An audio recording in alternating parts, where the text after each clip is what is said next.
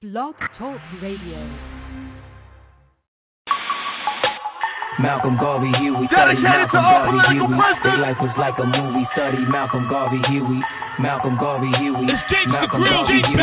Their life was like a movie. I live, I die, I organize. Everything I do's revolutionize. I build what's good for the whole damn hood.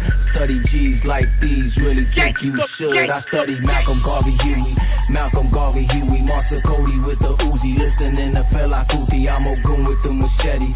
Especially if it's jelly. Got the Santos for the Hexy to protect me, so respect me. This is heavy, legendary, revolutionary. My wifey, she resurrect me when they thought they had me buried. Took me out the cemetery. Now it's family over every, cause it's all that's necessary to avoid the commissary. I'ma live for you five, so I stop getting high. If you know, then you recognize it's that black and brown pride. It's the power of the mind. RBG, God divine. You can see through the lies if you could read between the lines. I live, I die, I organize. Everything I do revolutionize. I build what's good for the whole damn hood. Study G's like these, really think you should. Study Malcolm Garvey, Huey. Malcolm Garvey, Huey. Study Malcolm Garvey, Huey. Malcolm Garvey, Huey. Malcolm Garvey, Huey, Bunchy, Bobby, packing Tukey. Sitting by the door so you can say I'm acting spooky. Just like in the movie, son, you better pack your toolie. Niggas switch be acting fruity, you'll be cracking like they pookie. Rather smoke a doobie than be burning and eluding. Bang, bang, pig shooting, we should blame Rudy Julie. Yanny for the camera, shine a white and nose candy. Let you banging on the system, you a gangster wearing panties. RBG, my family from the Bronx to Miami. Police cannot stand me, Pacquiao like a Manny. Call me Little Bobby Hutton, cause I'm first to push the button. Rappers don't be saying nothing to the system, we say fuck them. This is for the Honda, Mama C, Mama Akua. All the real OGs, I'm a soldier cause you told me so.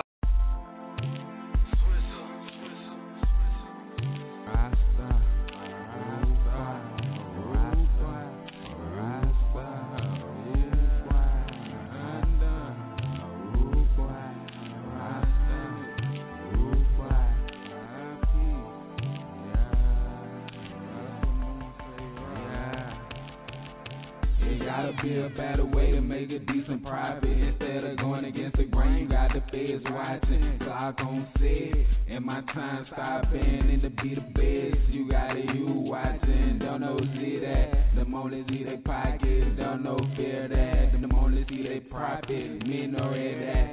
Me be the prophet, me go feel that. Rasta got body in my mind, I'm a God, yeah, God got me. In your mind, you're a fool, cause the money got you. Tripping out of space, bet my father watching. I'ma catch a case, cause it's just blocking. I'ma stay eternity, blessed like you and me. Rise up, walk with me, and the life forever be.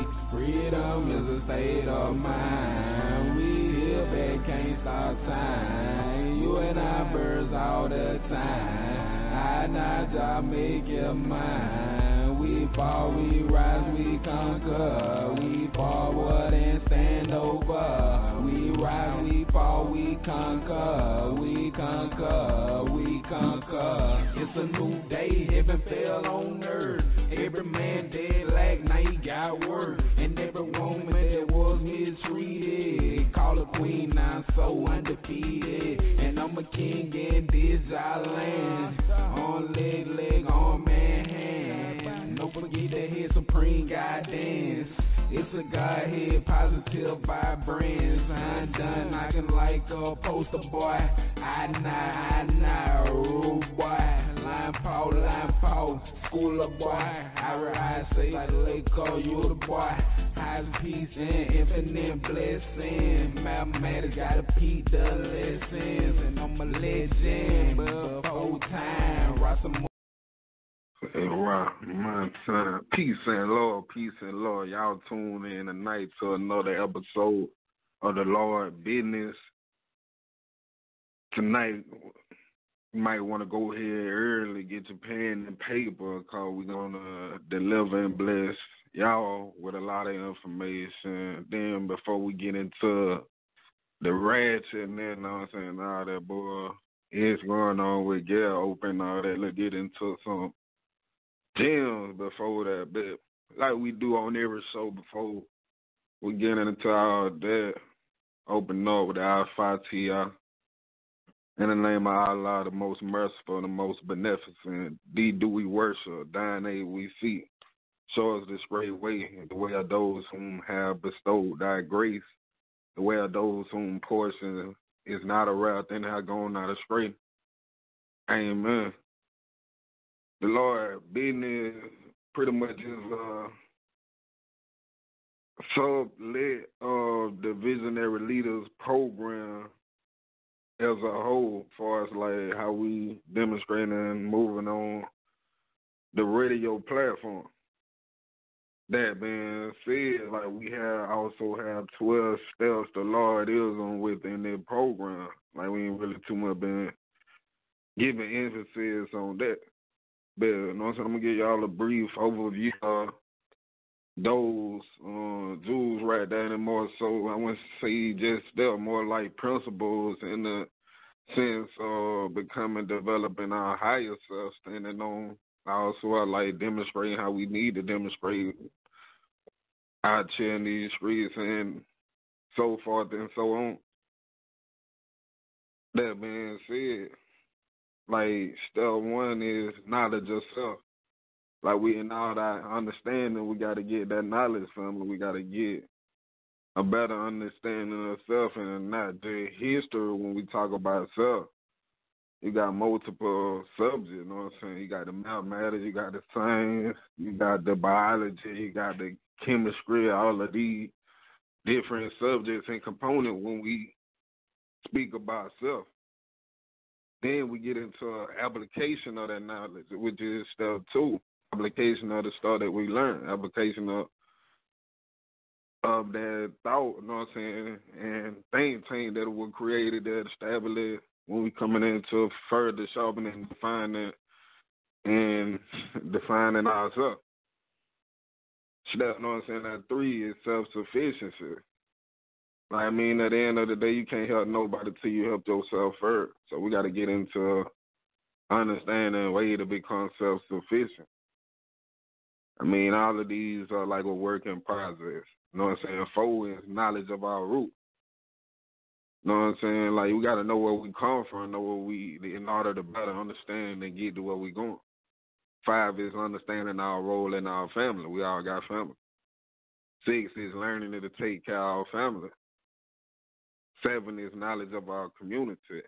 8 is solving problems in our community. 9 is giving back to our community. 10 is knowledge of our nation. 11 is building and rebuilding of our nation.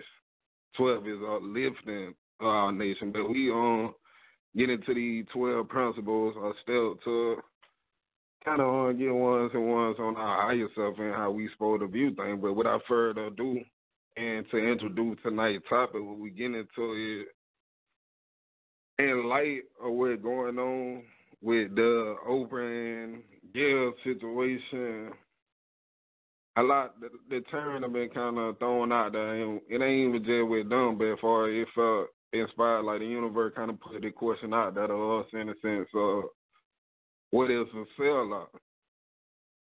And before we kind of get into the rationale part of the program, like, and get into like one that we consider break down what is a sellout, but I want to share some jewels and some gems with you all. You know what I'm saying? Then when we come up on that point where we want to time in, we're going to open up the line for that. But the first clip, locked and loaded with y'all, come from some, you know what I'm saying, something like, I want to give y'all like the power of stereotype, the power, you know what I'm saying, like how they psych us out with the media. So the first clip, you know what I'm saying, I ain't going to even really introducing it. It'll kind of get way to that, but after we come off of the 7-minute clip in the archive, you know what I'm saying, y'all, man, they going to be deep. But we finna get into that right here. When Uncle Tom's Cabin was published in 1852, the anti-slavery novel flew off the shelves.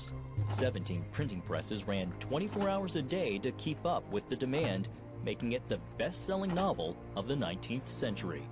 The book struck at our emotions as a nation, and it made us see ourselves. It was our emotional mirror, and it prompted some individuals to rethink how they thought of slavery. Uncle Tom's Cabin has been cited as a factor leading to the Civil War. When Abraham Lincoln later met the author, Harriet Beecher Stowe, he reportedly said, "So you're the little woman who wrote the book that started this great war." In 1852, the backlash was immediate and powerful. In the South, the book was banned. And if you were caught selling the book, you were either going to be killed or thrown in prison. There was tremendous fear that this book would make a difference. It did by portraying Uncle Tom as a dignified, intelligent, God-fearing man. In the South, however, traveling Tom shows became popular, depicting him as a submissive buffoon, happy in his enslaved condition, a stereotype that still exists today. There were also attempts to discredit Harriet Beecher Stowe. The author countered with a key to Uncle Tom's Cabin, an exhaustive bibliography of the real people behind her fictional characters. It included her primary inspiration for Uncle Tom. Josiah Henson was an individual who demonstrated extraordinary courage. He tried to help other people, especially whites in this country, to understand the reality of slavery. Josiah Henson's story begins here in Rockville, Maryland, on the outskirts of Washington, D.C. Now, this suburban neighborhood was once a 570-acre plantation, and the house behind me is where the owner lived, a man named Isaac Riley. In this time period, masters wanted to present themselves to be very benevolent, these patriarchs who cared about their people that were enslaved, but the presentation that Henson gives us was that didn't happen for Isaac Riley. I faithfully served Riley for many years. He was coarse and vulgar in his habits, and unprincipled and cruel in his general deportment. Henson's autobiography provides many examples of Riley's cruelty, like the day he discovered a book on grammar hidden in 9-year-old Josiah's cap. When Riley saw the book, of course, he was outraged because it was unheard of that his enslaved people would learn to read and write. "Pick up that book," he cried, using an awful oath. At last I was obliged to do it, when he beat me across the head and back till my eyes were swollen and I became unconscious. Despite the harsh treatment, Henson proved to be trustworthy. Eventually elevated to overseeing the plantation, he was able to ease the harsh conditions faced by his fellow slaves. When he was 18, he was even allowed to attend a revival meeting. Although not permitted to enter the church, he heard a life-changing message from preacher John McKinney. He said, "Jesus Christ, the Son of God, tasted death for every man." It touched my heart, and I cried out, "I wonder if Jesus Christ died for me." Again and again did the preacher reiterate the words, "for every man." Oh, the blessedness and sweetness of feeling that I was loved. And that meant a lot to him because he knew that God would always be on his side.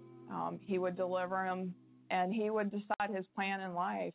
The plan included moving his family and 18 others to Isaac Riley's brother's home in Kentucky. When they got to Cincinnati, Henson found his faithfulness tested. Although Ohio was a free state and many free black men encouraged them to stay, he stood firm. He felt like he had been tasked with this duty, and he was going to fulfill it. He had taken care of them, and they felt like if he wants us to carry along, we'll go with him. Henson came to regret that decision. 3 years after their arrival in Kentucky, those who followed him were put up for auction. Husbands and wives, parents and children were to be separated forever. From that hour, I saw through, hated, and cursed the whole system of slavery.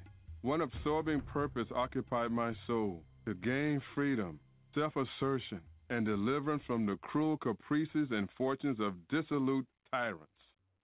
Because of Henson's management skills, he and his family were initially allowed to stay together. 2 years later, however, his time had come. The only option, escape. A major obstacle was the Fugitive Slave Act of 1793, which meant he and his family could be captured even in a free state. So he set his sights on Canada.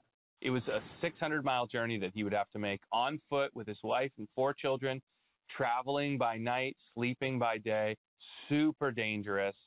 But he knows he's got to go to Canada. It's the only place that he can truly be a free man. His wife made a sling for Josiah to carry the 2 youngest children on his back. With only the North Star as their guide, the Henson family began their journey. After 40 grueling days, they arrived at Lake Erie just across the water from Canada. A sympathetic ship captain offered to take them the rest of the way. He put his hand on my head and said, "Be a good fellow, won't you?" I felt streams of emotion running down in electric courses from head to foot. "Yes," said I, "I'll use my freedom well." Henson helped start a black settlement in Ontario, including a multiracial school, almost unheard of at the time. To raise money and awareness, he preached throughout the United States and England, where he was granted a private audience with Queen Victoria. During those years, he risked his life to help a total of 118 slaves reach freedom in Canada. He's an inspiration for me personally, and I hope for many people as they hear this story, to use our freedom well, right? To use our resources, our time, our money, our energy, our voice, our influence, to use it on behalf of those with less than us. Near the end of his life, Josiah Henson returned to the plantation he once managed. Although many of his experiences here were unimaginably painful, he could see God's hand in them. Later writing, "Sharp flashes of lightning come from black clouds." John Jessup, CBN News, reporting in Rockville, Maryland. Yeah, family, yeah, we back live on the Lord Business Radio Show, and man, you know, so many times that we hear that, like Uncle Tom, man, you acting like Uncle Tom. Uncle Tom was a coon. That's the biggest sellout of all time, thus far, so on. We be like Uncle Tom, but man, y'all just heard it from someone that took the time out to do their research, do their due diligence, and get the facts right and facts it, like for through the book, man, Uncle Tom's Cabin, pretty much break down the story of the slave Joe Henson and how he saved over 100 brothers to get it and sisters to get their freedom. And the media use the tool to kind of influence and give us a different narrative of Uncle Tom to kind of tear down that legacy. And we see a whole book, a novel started a whole war, which was the Civil War. But they kind of, why are we talking about it? They kind of coincide with the topic of I sellout and defining that word or statement or phrase to give us, you know what I'm saying, concise narrative on that. And to the listening audience, if at any time y'all wanted to chime in and come into the conversation, just press 1. We'll receive you with open arms, just peace and law.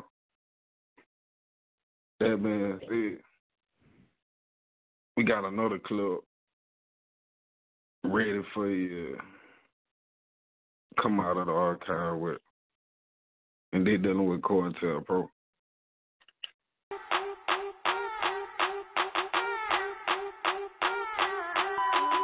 The report identified black identity extremists as a threat to law enforcement. Critics say the report is eerily similar to the FBI's 20th century counterintelligence program. COINTELPRO was an FBI operation established in the 50s by J. Edgar Hoover to target African Americans who were fighting for justice and equality. He targeted Dr. King, he targeted Malcolm X, and over 80% of the targets of COINTELPRO were members of the Black Panther Party. At the height of COINTELPRO, activists and community organizers were targeted. These include current Congressional Black Caucus members like John Lewis, Bobby Rush, Emmanuel Cleaver, and Barbara Lee. The church committee in the mid-'70s held hearings and determined that many of the actions and activities of COINTELPRO were really unconstitutional. What you described is a series of illegal actions intended squarely to deny First Amendment rights to some Americans. How shall we ensure that it never happen again? One of the similarities that I see are that it's based on race. COINTELPRO definitely targeted African Americans. Black identity extremists, which Attorney General Jeff Sessions has put out, targets African Americans. When it was brought to our attention, we immediately contacted the FBI director and had a very forthright meeting. I specifically asked him, how do they identify black identity extremists? Who are they? And there was no answer to that. We still don't know who's a black identity extremist. A lot of activists around the country are very concerned that we're getting ready to repeat a very sad chapter of our history, where people who are rightfully protesting what they consider to be an injustice in their community, which is their relationship with police officers, are now being targeted and labeled as extremists and are going through periods of surveillance and harassment. As a community worker, I attended many Black Panther Party functions. I was part of the breakfast program. We registered many people, the African American community and others, to vote. Well, the FBI during COINTELPRO would try to turn members of the Black Panther Party against each other. Agent provocateurs were placed within the party to try to sow dissent. I was the coordinator of the Illinois chapter of the Black Panther Party. On December 4th, 1969, Fred Hampton and Mark Clark, two members of the Black Panther Party, were murdered. They put an informant, William O'Neill, planted him inside the Panther Party.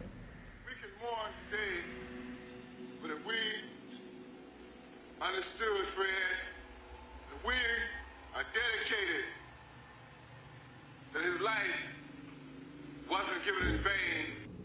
The National Director of the FBI said that the Black Panther Party was the number one threat to national security of this nation. And that created the condition for law enforcement agents all across this nation to go after Panthers. That program that they did, in some sense, we ought to be thankful for, because that put in writing for everybody to see was still in the eyes of so many, nothing but a bunch.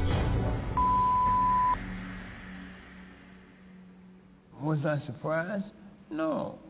I fully expected it to happen. Now the question is, how do we deal with it?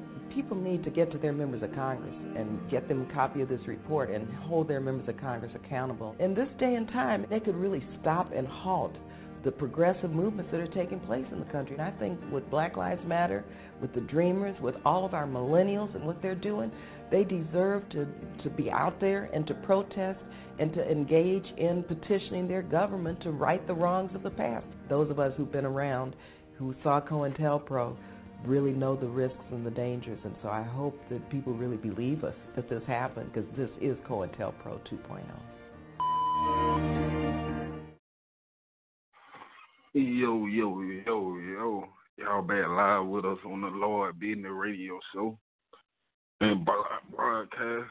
But the reason why I wanted to shout out a clip before we kind of get into, I don't even know if it probably called it a nitty gritty, because it really ratchet and really, you know what I'm saying, insanity within our community. I mean, I done seen, if y'all keeping up with the story with Oprah, you know what I'm saying, Gail, and that narrative from, you know, being Sellout, Coon, so forth and so on.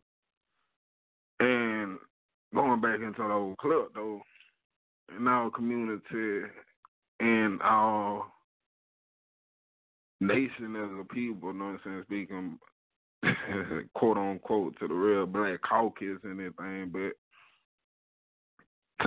it's always kind of been a narrative collective within the whole body of us. But I'm just saying, speaking in regard to that, a lot of times when we come together, unite, and start building a program that better serves us, as opposed to our counterparts and other constituencies on the other side of the fence.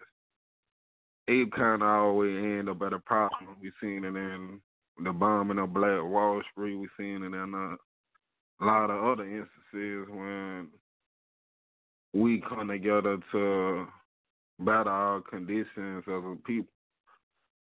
So showing those two clips, like the one with Uncle Tom, like even into the generation, when we hear that name, we hear Sellout, Coon, so forth and so on. And they done flipped the whole narrative of what the brother kind of did to a degree was us, unbeknownst to him, you know what I'm saying? He was a real hero as opposed to being like a jester and a clown. That they did a lot of the blackface, you know what I'm saying, ton of when they did those tours and all that, whatever they had going on.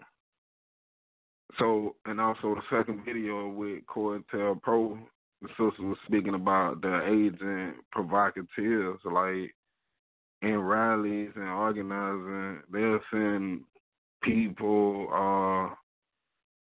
agents directly to kind of create disruption, chaos, and division within our organization. You know what I'm saying? We've seen that in the Nation of Islam, seen that in the Moor Science Chapel, seen that in all of the street gang. We've seen that in a lot of, and to a degree, we've seen that in La Cosa Nostra. So it's like that whole concept of divide and conquer. But going back to COINTELPRO specifically, and as it relates to the topic, like an agent provocateur is someone who instigates, someone who make a situation, a small situation, bigger than what it is. And out of them situations, you know what I'm saying, it further leads to division. That's how a lot of those situations end up becoming fire with those agent provocateurs and people that snitching, playing both sides, trying to better their own lives through the hands and expense of the government. There's a lot of tricky stuff going on with that too, like the spook that sat beside the door on the flip side of the coin. So going back into that topic though, I feel like, you know what I'm saying, I want to be biased in my own understanding. I feel like we downsize a community, a collective of people. We the man giving a voice or giving an opinion to be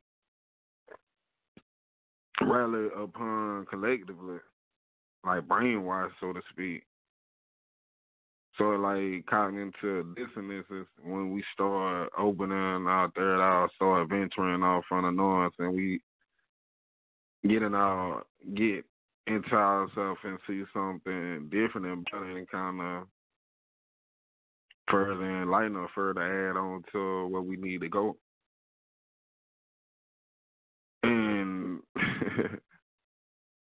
not to be all the way long-winded and further we go left field, but getting back into the topic of selling out and connecting those clips.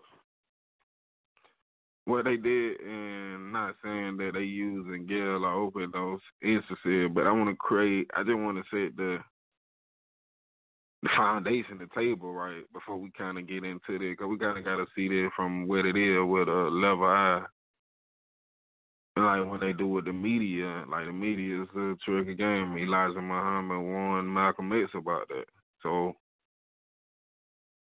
as far as facts, like we done seen Oprah, Gayle, and maybe the affiliation or whatnot. They done went out there, R. Kelly went out there, Bill Cosby, and it went out there, who the situation, sisters made the comment about Kobe, and I got that clip right there. I want to play that with y'all in a second. I'm going to play that for y'all in a second, but maybe it's interesting. I mean, in her defense, she said they blew one portion out of the clip, out of a full minute interview and blasted that out, you know what I'm saying, which pretty much kind of she's, in a way, copying out. I'm going to let y'all be the judge of that. We hit it clip, but far as my understanding overview on it, and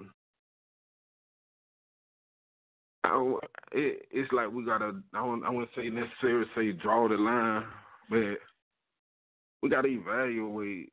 In our community, it's like to a degree we say is a person start making amount of money or become successful, like we say Jay-Z, Illuminati, like we say Oprah, Illuminati, like to the point when our people start rising, whether they become successful, rising, whether they become successful in the church arena, whatever arena, it's like we equate being successful to selling out, that person selling out. And that's not an accurate narrative, you know what I'm saying? We're supposed to want to be on fruitful, multiply. We're supposed to want to be the best in our craft. We're supposed to want to dominate in our field. Like just an egotistic nature that exists in all of, but the disconnect, like when it's blatantly disrespect and lack of understanding, but at the same time, if it ain't nobody around the person to kind of show them this ain't why they sort of do this, it's like, do we fault that person or do we, you know what I'm saying, let that, we hold them accountable for everything? Meaning, like somebody like Dave Chappelle, he grew up in the suburbs and all that, but at the same time, even though he came back, but he really don't have no connection to the street. We can't really hold him accountable or subjective to the same rules and stuff that we even live by. So it kind of equate that the same. But I'm rambling, but let me go ahead and play this clip. Let y'all be the judge of what's going on with the gas and COVID thing, so we can kind of come back. Like we done gave y'all the breakdown with the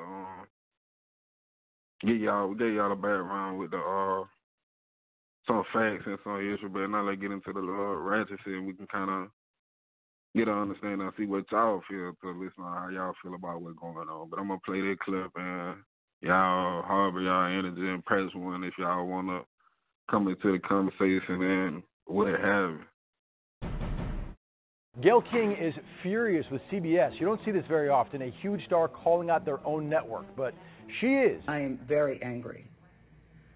Unbeknownst to me, my network put up a clip from a very wide-ranging interview,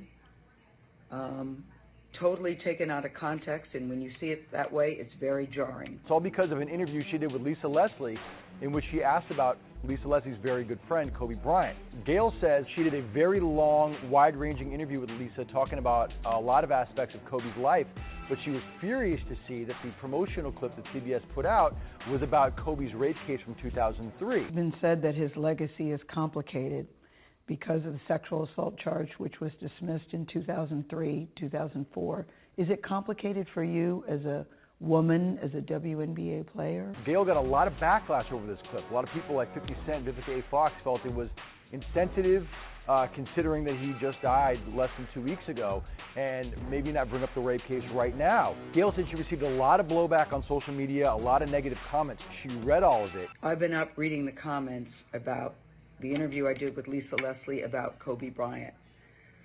And I know that if I had only seen the clip that you saw, I'd be extremely angry with me too. Gayle says she's planning to speak with CBS executives to talk about the situation, and she has made it very clear it's not going to be a fun talk.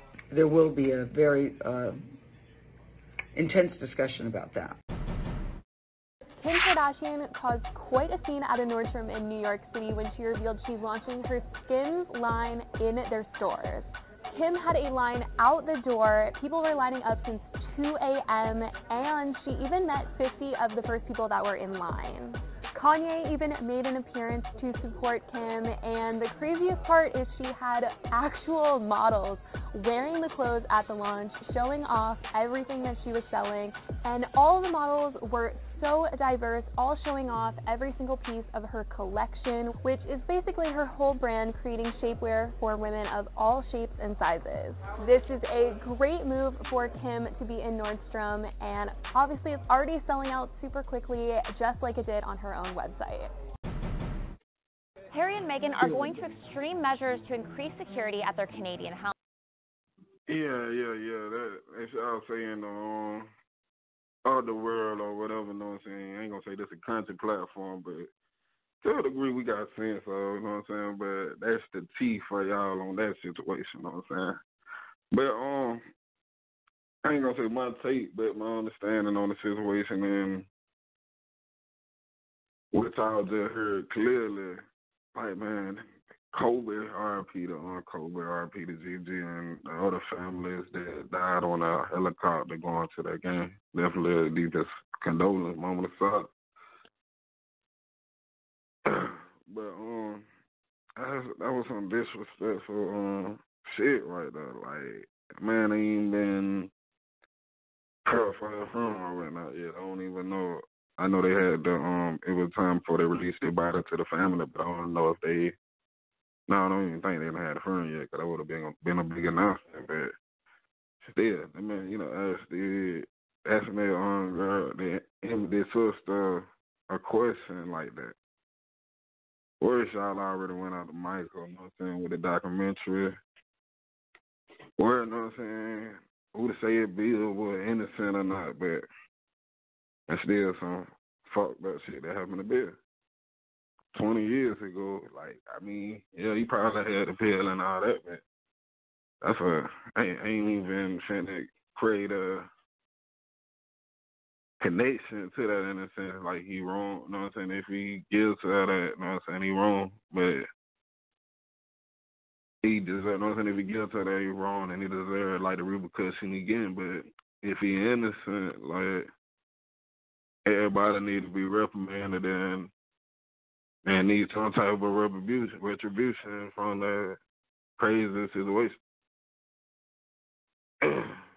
But humbly, getting back into the Gail and Oprah situation, like, my only connection to them, I mean, I feel like, and correct me if I'm wrong, I don't know, maybe her disconnect from a lot of problems what we going through on the street level, so our community trying to create that division from us, in the sense we saying that these people sellouts and something. And even though Obama didn't do nothing, I ain't gonna say he didn't do nothing, but he wasn't able to do nothing for a lot of us in the community because of the divide in Congress and all that, more Republicans. So it was like they were asking everything he was trying to do, but that's in the past. But even though in the beginning of the election, this sister got tremendous support behind Obama. Like, she put a lot of resources behind him, man. And that was shit. That was like, we can't even take that away, you know what I'm saying? Even like with Jay-Z, like we talk about like the brother Sellout, Illuminati and all that, like, see the man doing thing with Meat Mill, like with the prison reform, see the man like did pay Wayne taxes or whatnot, did pay 21 Savage lawyer, you know what I'm saying, when he was getting extradited, like the man list goes on, but still in the damn time people call him a sellout or coon. In our community, that shit crazy. But going back to what we were speaking about, like, it's a thin line. Like, we equate somebody being successful with them selling out. That was the meaning and purpose of the topic tonight. Like, they kind of get the line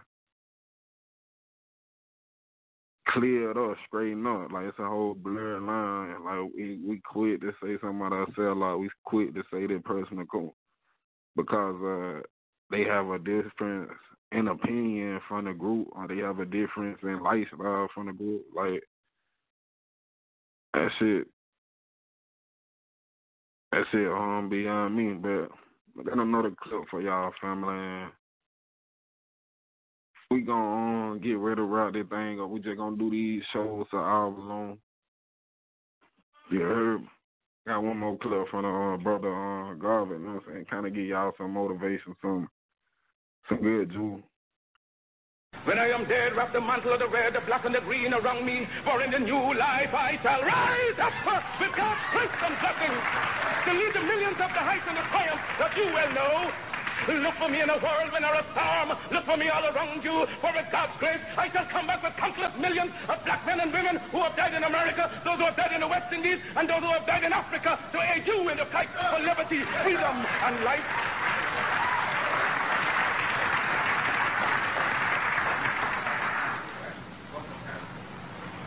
Any leadership that teaches you to depend upon another race is a leadership that will enslave you. Any leadership that teaches you to depend upon another race is a leadership that will enslave you. They gave leadership to our foreparents, and that leadership made them slaves. But we have decided to find a leadership of our own to make ourselves free men. Our great scholars, having passed through the colleges and universities, have thrown away the blessed record. Babylon did it. Assyria did it. France under Napoleon did it. Germany under Prince von Bismarck did it. England under America under George Washington did it. Africa with 400 million black people can do it. If you cannot do it, if you are not prepared to do it, then you will die. You race of cowards. You race of imbeciles. You race of good for nothing. If you cannot do what other men have done, what other nations have done, what other races have done, then you had better die.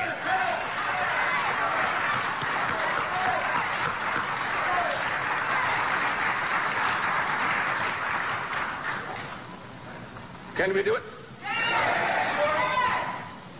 We can do it. We shall do it. We have prayed to God for vision and for leadership. And He has given us our universal vision. A vision that will not limit our possibilities to America. A vision that will not limit our possibilities to the West Indies, but a vision that said there must be a free and redeemed Africa. Christ the crucified, Christ the despised. We appeal to you for help, for succor, for leadership. When you endeavor to carry your burden up the heights of Calvary, when white men scorned you, when white men scorned you, when white men spat upon you, when white men pierced your side out of which blood and water gushed forth, it was a black man in the name of Simon the Syrian who took your cross and bore it up the heights of Calvary. And now that we are bearing our burden of being so heavy, we just ask that you just help us on up the heights. Oh, yes, the cause is grand, the cause is glory. Surely we shall not turn back. Oh, sail on, sail on, sail on, oh mighty ship of state, sail on until the flag of the red, the black, and the green is perched upon the hills of Africa. Because the time has come for the black man to forget his hero worship of other races and to create and emulate heroes of his own.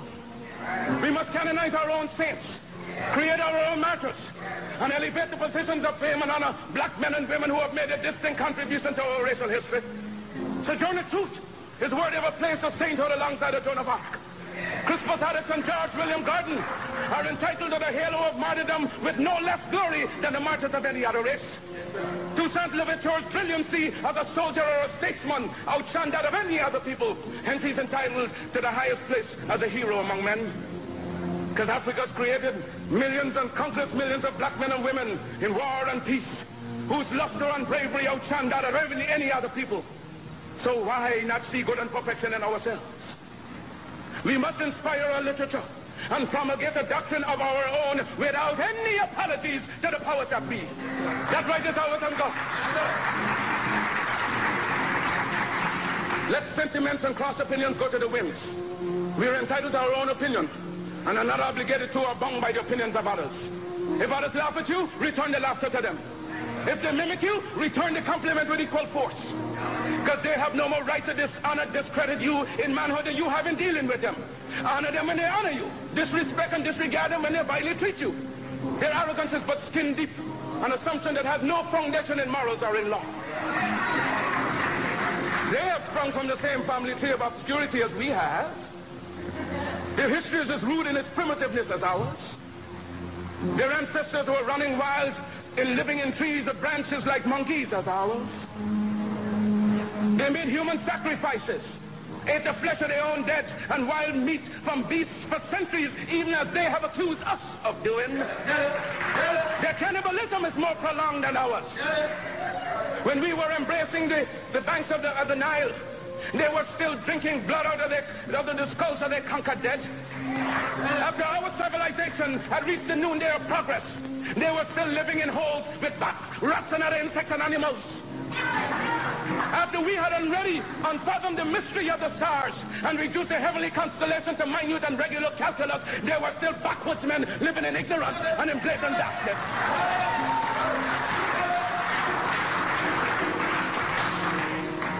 The world is indebted to us for the benefits of civilization. They stole our arts and sciences from Africa. Then why should we be ashamed of ourselves? Their modern improvements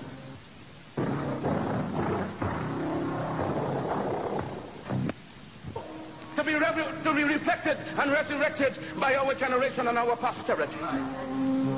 Why should we be discouraged if somebody laughs at us today? Who's to tell what tomorrow will bring forth? Did they not laugh at Christ, Moses, Muhammad? Was there not a Carthage, Greece, and Rome? So we see and have changes every day. So pray, work, be steadfast, and be not dismayed.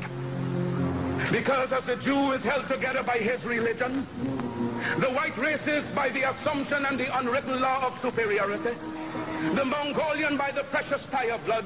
Likewise, the black man must unite in one grand racial hierarchy. Our union must know no clime, no nationality. But let us all hold together in every country, in every clime, making a racial empire upon which the sun shall never set.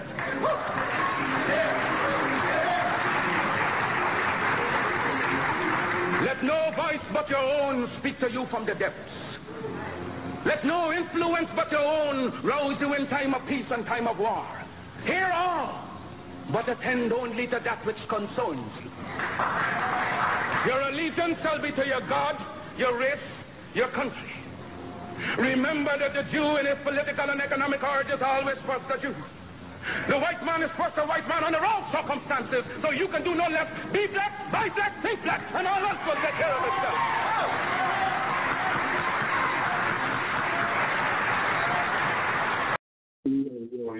Yeah, that sounds about right there, man. And I just had to kind of bring it kind of to a close,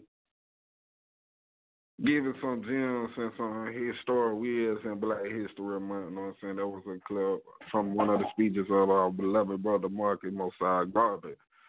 Getting back into the topic, we come to bring this show to a close. We only on for an hour, family. So also to the listening audience, at any time during the closing, you want that time, man, just prayer one will receive with open arms and love. But that being said, kind of wrapping it up with the topic and show, and like what makes a person a sellout, family? Like what is a sellout?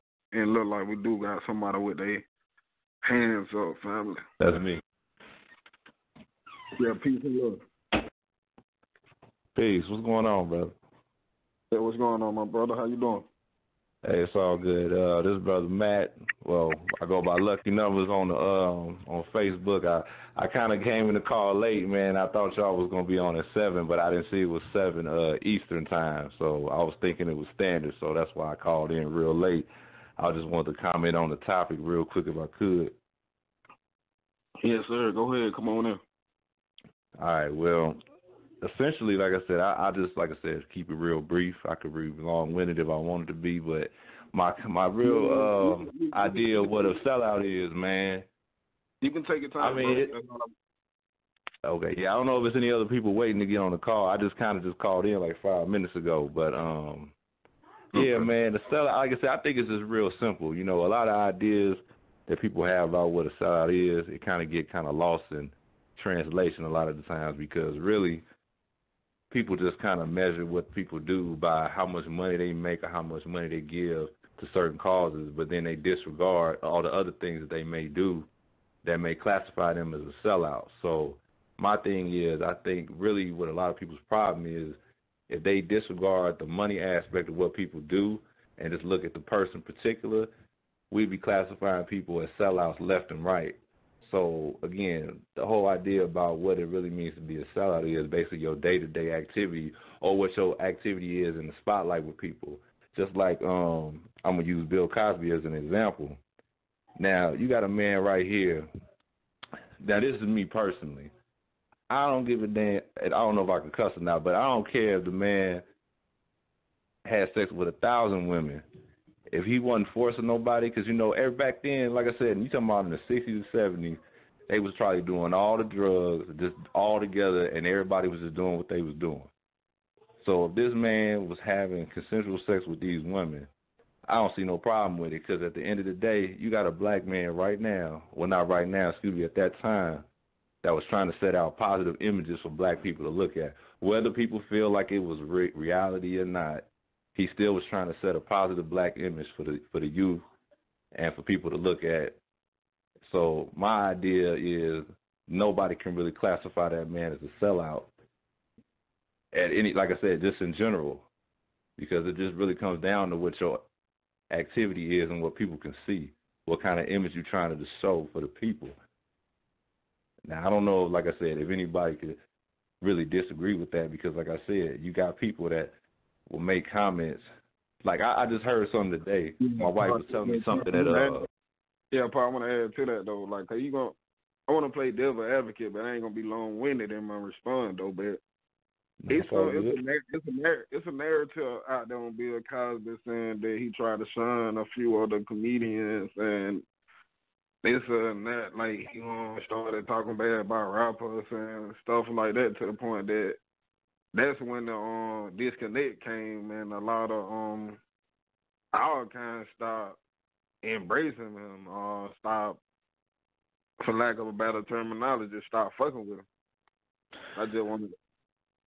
Well, yeah, I understand that, but you gotta look at it like this. I look at it two ways, because I'm gonna agree with your point in that regard. I mean, he didn't have to necessarily disrespect people, but like I said, you have to look at it. If we supposed to respect our elders, you got to understand where he's coming from. He may not necessarily be out there just trying to blatantly disrespect nobody, but at the same token, if he's doing a particular thing and he can, quote unquote, make it, why is it that you have this other group of people? We all the same people, but you got a whole another segment of people that's out there promoting something that's anti what we need to be showing the mass public. Because you got a person like I said, this ain't no disrespect. I don't know who's listening or whoever, but my wife just told me, I think, something today about, I guess Master P made a comment about Bill Cosby or something like that. I don't know. I think it was Bill Cosby. Now I don't remember. But in all honesty, I don't know if anybody can actually. Now, you may want to play devil's advocate on this, but that's why I kind of opened up with this idea about the money not really being the determining factor or whether or not you a sellout. Because, again, you got people that are billionaires that don't do nothing for nobody but themselves. And Master P is one of these people that came up basically on making money off of just basically how do I want to put this? He basically kind of just made a living basically just showing the denigration of the black people at that time. And I don't think nobody could actually disagree with that point. Basically, that's what he did. That's how he made his millions. And everybody look at that and respect it like it's something to be glorified and to be glad about. Now, would you disagree with that? Nah, I'm a Master P fanatic. I mean, I don't fuck with the music, but I follow his business to the T. And that brother made this, like, as far as, like, to give you the narrative, even how he got his money. You know what I'm saying? It's different. Like, you can kind of put Baby in that scenario with the, with how he did everything. Like, Baby would fit perfect, and how you broke down what you were saying. But Master P, that brother of a different breed. Like, even though he might not be in the media like that, they might not show his successes in the media, what he got going on. But for one, the brother, I'm gonna give you the history of how he made the money. So he made the money on his granddad or their uncle died. He left out on like $10,000 or something. He moved to Richmond, Oakland, him and Romeo. He bought him money in a record. He bought a record. He bought a store and turned it into a record store called No Limit Records. You know what I'm saying? This store he spent all that money, and that kind of funded him getting into the music. He went on the road with Tupac. You know what I'm saying? He used to open up for Tupac. You know what I'm saying? That's how on that introduction of music, but also you gotta go. That nigga made it into the NBA, bro. That nigga played for Charlotte. He played for some team. I can't think of the team, but that nigga made it to the NBA. Like this nigga would be that token nigga, like for the street, and he pretty much got the game from Jay Prince on that level. Jay Prince, like if we talking about on the street level, Jay Prince may not be the most photo person, but he got a lot of respect in the streets. And Master P is one of his students. And on that level right there, since Master P got football teams and stuff, like matter of fact, that's how he met Nipsey. You know what I'm saying? He got a football team, youth league in Crenshaw. Like, pardon the body, brother. Like I said, not to cut you off, because I'm trying to understand if you kind of coming from the perspective, because that's why I open it up like that, because, you know, the money thing is not, the money is not what makes the man, like I said, because everybody know, and like I said, I used to be a No Limit fan. Hell, I still am basically a No Limit fan. I still play No Limit record stuff to this day. But at the same token, I understand in my age now where it's like, dude, we was basically on some like I said, I'm trying not to cuss, but we was basically on some foolishness, man, because you can't take what the man's content was in his music and try to make it like it was anything that was positive. It wasn't positive at that point. And you can't, and nobody can say even then, whatever time period you want to put it in. Nah, part about it. I ain't trying to get that part. It's the same thing. NWA came out talking about fuck the police. Like it was just pretty much street soldier, but if I say that too, I put that out on put my line out on here, even though we got people like Big and all that were flamboyant with the dressing and stuff. I feel like No Limit, they represented like the street side of things, but Cash and Money, they fucked all people head up with the materialism. Like, right.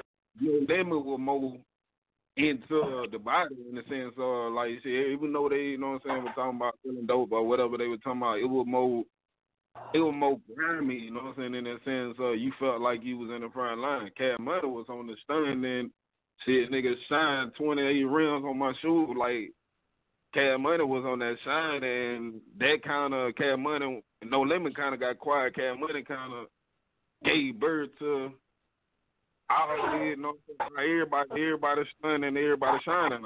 Like, the materialism is because it kind of ties in with capitalism. Right.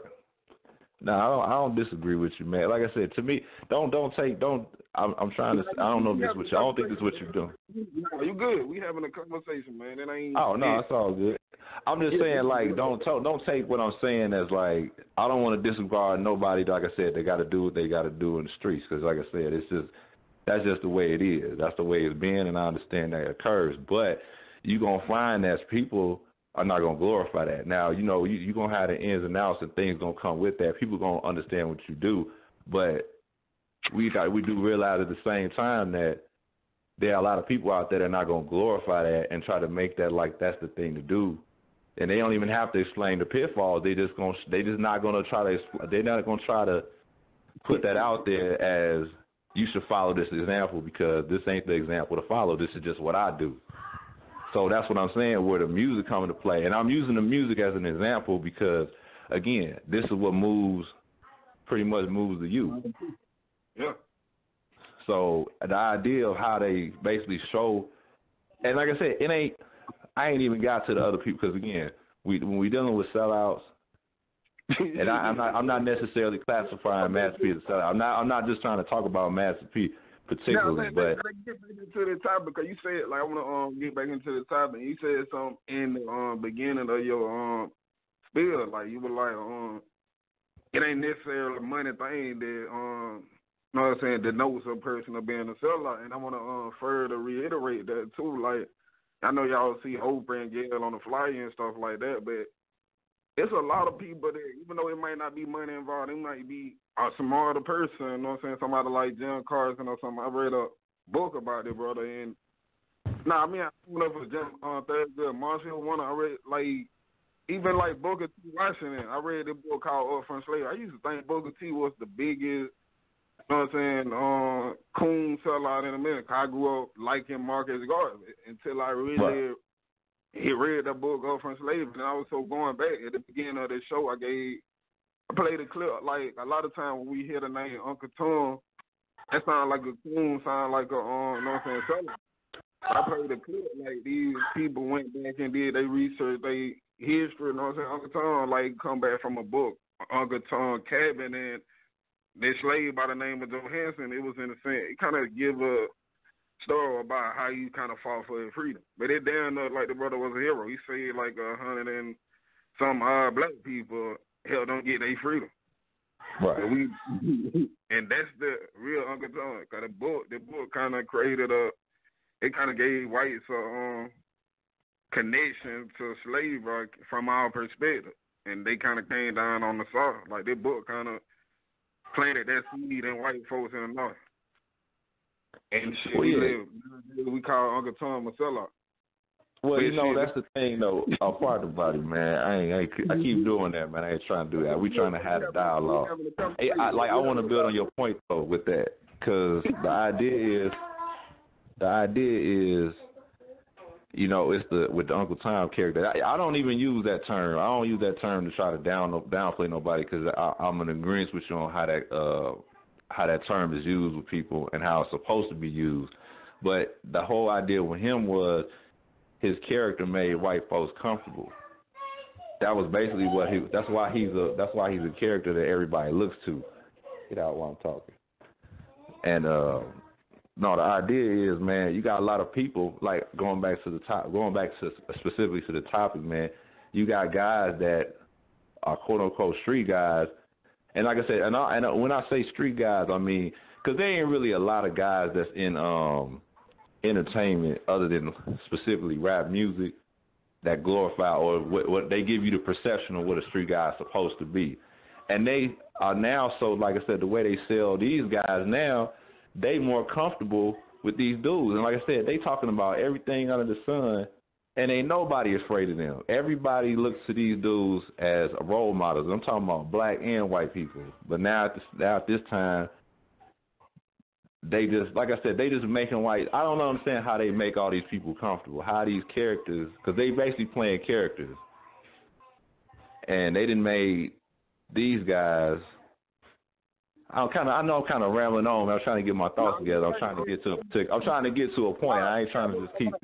I know where you at, though. I know where you at, but I want to get to the other side. It probably in the back of your mind, cause it bring me to a clip. I remember Eddie Griffin said a while back. He was like, you know what I'm saying? Eddie Griffin did some explosive comedy presentation on some real woke shit. So going back to a presentation he did, I think that was Freedom of Speech. That's the name of that program. I think it's on YouTube. You can play that shit. But in the clip, he was like, shit, he had to get in the door. Like, Michael Jackson on crack was his way to get in the door. Like, and he was like, a lot of white people want to asterisk by our name, like, shit like that. So, but I want to go back into what we got going on, man. We live in a capitalist society. Capitalist means, you know what I'm saying, like, in simpler terms, like somebody doing good on the high class and somebody doing bad in the low class. You got poverty, you got rich, you got have and have not. Capitalism, like somebody suffering at the expense of somebody else. It's a dog-eat-dog world. It's a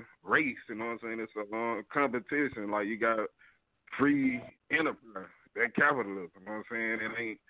It ain't the survival of the fittest, you know what I'm saying? You think of a good business, you win. That being said, it's the most grimy system, but I'm a capitalist in my own being because I don't know if I can just, cause I got an appetite, you know what I'm saying? I love certain type of shit. I like my lifestyle that I live. My lifestyle come with me having a roof over my head, having a car to drive to get where I need to go, being able to travel, being able to see shit. That's my lifestyle. That shit cost money to do what I need to do. So I gotta work. I gotta sell my time. I gotta do that. But when I go back into the narrative and the topic, like back to selling out, like we gotta put ourselves in some of these people's shoes. Like going back to you saying you said you made a comment like you don't knock nobody hustle like doing what they gotta do to take care of their family. But sometimes some people they do what they were doing trying to take care of their family and they end up getting locked in some fucked up contract. They end up getting locked up in some twisted paperwork that they can't get out. And they end up, you know what I'm saying, getting bleeded like a vampire. They end up, you don't know what I'm saying, you don't know, never know what the hell these people be going through at the top. Well, hold up, but that's to build on your point right there. I'm not gonna I ain't gonna take it off the topic. I'm gonna stay right where you at, brother, so we can keep going from there. The idea with that, man, but these brothers still know right from wrong, man. We can't keep making the idea. It ain't even gonna say making an excuse. We all know right from wrong. It ain't like we don't have the information, especially right now in today's time. It's not that people can't read and understand certain things. You know what I'm saying? Nobody is necessarily being tricked into nothing because everything is out there for them to find out what's what, how to do this, how to do that, blase, whatever. That's just the way it is now. So when people, even when you say something like that about how people are getting locked in contracts, well, my question is, if you understood, if you came in, like I say, if you got a record deal or whatever, or they gonna offer you some whatever for this record or these couple records, well, okay, what do I have to do? What is my role gonna be for making these records? What do I got to do? Blah blah blah blah blah. You already understand this coming in the gate. So whether or not you get locked in or you complain about the contract after the fact, you already understood what they was gonna be, what you was gonna be getting for what you're supposed to give them. I mean, it's just common sense. They want a product from you, not you, but I mean whoever it may be. They gonna want that product from you, and you gonna deliver it. Or we just gonna, like I said, what you said, lock you into this contract until you fulfill whatever your obligations are. Point blank, period. So they can't say that they don't have. It ain't no excuse, man. You know what I'm saying? We. I find about it. Like, see, bro, and I hear how you talk. I love where your mind is, man, because you're kindred spirit, but we gotta remember, bro, like we on a different level. You know what I'm saying? I can hear it in your voice and I can hear it in your subject matter. We on a different level, but we exist in our higher self. But the reality is that 85% don't. The 85% of our people fucked up, bro. Like I love my people to death, bro. I love my people. But it's to the point sometimes our own people can be our biggest enemies. They can be like a Mr. Anderson to our situation. I played a COINTEL program clip earlier, you know what I'm saying, and it showed like our own people, they can become agent provocateur to our demonstration not knowing what they doing. So it's like, bro, like in light of sellout, some people be sellout, they don't even know they selling out. And it's so goddamn crazy, bro. Like, especially up being on the true golden path, walking the path, let travel. Like, it's just like, you know what I'm saying. If you're a biblical man, you know what I'm saying, like walking in that valley of them dry bones. Right. So, and like that's the ideal world. What you were speaking on, I would love for that shit to be like that. I would love for everybody to be like on the village raising a child. I would love for everybody to be like we all eat. You know what I'm saying? I love for everybody to be like each one teach one better to reach one. But we living in a cut those times. Everybody feel like it's every man for themselves. You know what I'm saying? It's a disconnect between the youth and the elders. It's so much division that it's down to chaos. It's down to anarchy. Well, brother, like I said, to build on that, like I said, pardon the brain, not to cut you off again. I know it keep happening. But man, like this is what the thing. That's why I said, man, my whole concept. Anybody that know me, man, really, I don't know who's listening or whatever, but this is my whole prerogative. Like I said, I try to live my life like this. Like I said, we may have different viewpoints on this because you said earlier you got a certain way that you want to live your life because you got appetites. So my thing is, man, I've been, like I said, I've been goal oriented as far as for the people. Like I just, like I said, this is just how I structure my life. At a certain point, I decided I'm gonna do this particular thing. It ain't necessarily about the money, you know what I'm saying? If it's something that I can do for people, I'm gonna do it, you know what I'm saying? And it ain't gonna, like I said, I don't require no payment or nothing like that, you know what I'm saying? I ain't got no money like that, man. I'm just a regular working person just like everybody else. So I just kind of live my life like that. And when I could do stuff for the people, I do it. Party about it with an ass on. You got a woman, you got a queen. Yes, sir.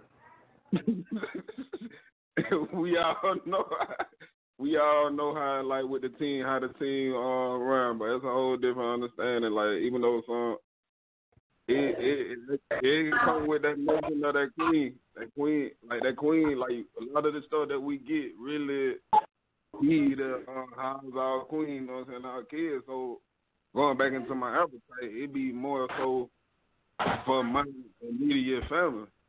And the queen, the kid, and and they got their own different need that we gotta adhere to and compensate for and put in some work for. Oh, no doubt. No, I'm not. No, I'm not gonna disagree with you on that. I mean, but like I said, for me personally, so like I said, like I said, my wife basically she's standing right here, right now. She'll tell you, I'm one of the dude, man. Like I said, it sounds like some made up stuff, man. But I ain't flashy. I ain't none of that. You know what I'm saying? I'm just I want to. No, hey, brother, I'm telling you, when I'm saying it come out of my mouth, man, it's real. I'm not trying to just put on no airs for no radio show, nothing like that. I'm telling you, I live a certain way. You know what I'm saying? Like a bum. She said like a bum. So, hey, nah, man, but it's real though. Like I said, I just, I don't want to keep talking. Like I said, I'm not trying to take a. You might want to put me on the radio show as one of the hosts next time. I don't know. Now, I know the same thing. I went through that same story, but I grew up like street, like had the swag and everything. Then I went through my knowledge content page. You know what I'm saying? Like a street roster, but not necessarily in the streets. I have, you know what I'm saying, to the point that now I had to get up out of there. I like to look good now. I like you know what I'm saying? I like to be in the suit sometimes. So that's what I mean. Like my appetite. Like I like to look like the message that I'm bringing now. Yeah. The presentation and everything. Like sometimes, like when we out here demonstrating on the front line, that's why Nation of Islam been, you know what I'm saying, diligence on, like all them brothers, they get out there on their corner, bean pie, you know what I'm saying, fruit, $50, $2, you know what I'm saying, find a call, like doing their thing, like as a whole unit, you know what I'm saying. Them brothers get out there, suited up, you know what I'm saying, Strawberry Hill, got down to sell them bean pies and stuff. But on the flip side of that, going back to organization, and we ain't coming up on that time to wrap it up, but I just want to share experts on Jude, like as far as like how we can come together on some positive shit. Like, and it don't even really take a lot of money. Like the first thing and the harder thing is organizing, coming together, like creating a president, creating, you know what I'm saying, secretary and all that. But so we were doing like a lot of stop the violence gatherings up here in Atlanta, and we were fortunate, blessed to meet to have a sit down with the street with the brother Tony Muhammad, who is Minister Farrakhan. Out of Los Angeles. Yeah, the brother out of Los Angeles, but he came out here Atlanta. But so yeah, he broke down. He gave us some jewels because we were asking him like, cause the problem that we dealing with in a lot of the street, especially in the street trials, is economic. You know what I'm saying? Yeah, the problem with the youth, yeah, they going back to their appetite. Their appetite growing too. They want to work. They want money and all that. But the job ain't abundant live for us without the proper credential to get them. So a lot of the whole focus is creating jobs, creating programs for these brothers to get jobs. So anyway, we sat down with the brother Tony Muhammad along with those lines, and what he told us he did when he moved to L.A., he took like 10 brothers. He was like, shit, y'all think y'all can sell fish.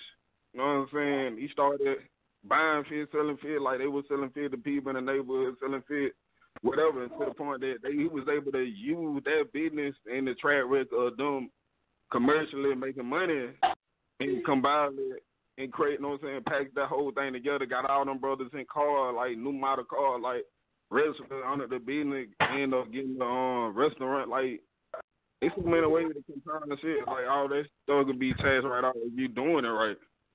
And that was just over the way that brother broke that down to, like being organized on that level, like what we can do. Like proper organizing, having proper structure. Like we can do a lot more in the structure than we can do just by talking on these lines. But that I agree with you. Yeah, we is up on that. Oh man, I'm gonna let you come back in, bro. Like it's just like 3 to 5 minutes of closing time. Know what I'm saying? Before we close out, then I'll just play a clip to wrap it up. Let you come in. Okay. Shoot, I don't know, man. We was trying to. I know I was all over the place, man. I just want to say real quick, brother. Like I said, I appreciate the show. I appreciate you giving me the time to get on here. Because I knew when I saw what the show was about, I wanted to get on, and I never really did say what I considered what a sellout was. I'm just gonna say, I know, right? But I would just say, man, brother, like I said, my idea. You started off saying something, then when you started thinking about it, like, damn, bro, that shit really ain't defined. Well, no, I got the definition for you, man. Like I said, I was a little nervous calling at first. Now I'm more comfortable on the joint. But no, man, my idea, man, of sellout basically is you putting other people above your own people, basically. And when you do that, and I'm talking about word, actions, and deeds, when you do it like that, to me, I would consider you a sellout. And like I said, you may do things that you don't even, not you, I'm not talking about you, but anybody else or people in general, they do stuff. They may not even see what they're doing. It might be a subconscious thing. But you putting other people above your own people, then that should definitely classify you as a sellout as far as I'm concerned. And like I said, and I could go deeper into that, but like I said, just so I know you're giving me a couple minutes to talk, and I'm going to stop talking because, like I said, I know you want to go play your clip. So I'm just going to fall back. Appreciate the time, brother. Hopefully I can call in on the next show and actually get right to the point instead of just rambling on for about 30 minutes. You good though, brother. We here about to come to the close on the clip, but I'm gonna say my little 2 cents. Probably do my little 3-minute myself. But that being said, like we were talking about selling out, and the topic was inspired by Gail and Oprah and that light of that situation. Cause I can say they made a bad decision or a bad choice. They made a mistake.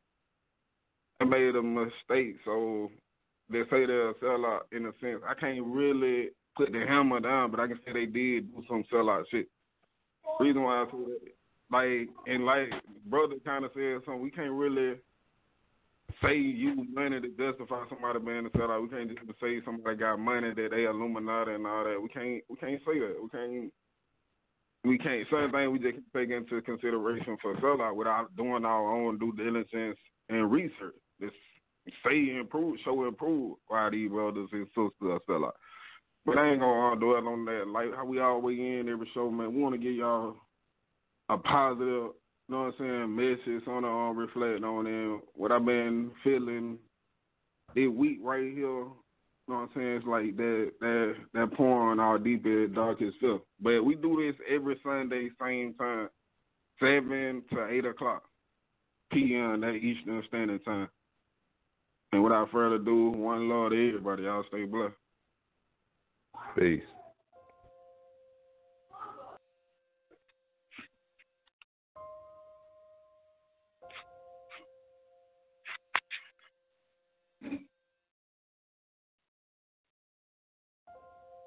Our deepest fear is not that we are inadequate. Our deepest fear is that we are powerful beyond measure. It is our light, not our darkness, that most frightens us. We ask ourselves, who am I to be brilliant, gorgeous, talented, fabulous?